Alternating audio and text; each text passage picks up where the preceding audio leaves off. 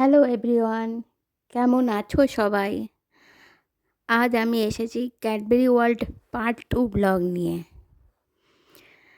I have reach to Cadbury World. I will tell you something about this Cadbury factory.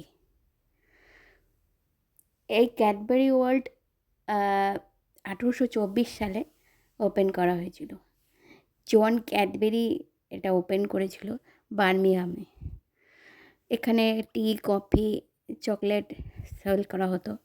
তারপর তার 2 ছেলে George and Richard both brothers নতুন করে একটা factory স্থাপন করে, যার নাম বনভিলে। 1905 সালে ক্যাডবেরি ডেয়ারি মিল্ক লঞ্চ করা হয়, যেটা পরবর্তীকালে সাকসেসফুল ক্যাডবেরি ব্র্যান্ড হিসাবে বাজারে চিহ্নিত হয়।